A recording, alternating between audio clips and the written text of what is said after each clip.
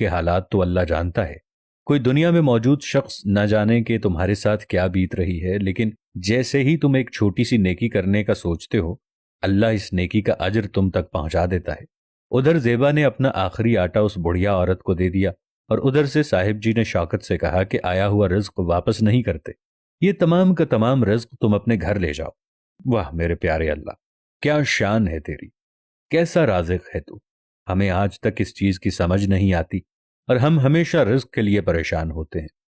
خداوند کریم نے کہا ہے کہ تم رزق کی پریشانی چھوڑ دو، رزق جانے اور میں جانوں. میرے پاک پروردگار، پاکستان میں جتنے بھی ایسے لوگ رہتے ہیں جن کے پاس صبح کا ہو اور شام کا نہ ہو، میرے اللہ ان سب کی جھولیاں بھر دے. اور میرے پاک پروردگار، جن کو تو نے بہت دے رکھا ہے، ان کے دل میں زیبا کی طرح غریبوں کے لیے رحم ڈال دے. آمین یا رب العالمین.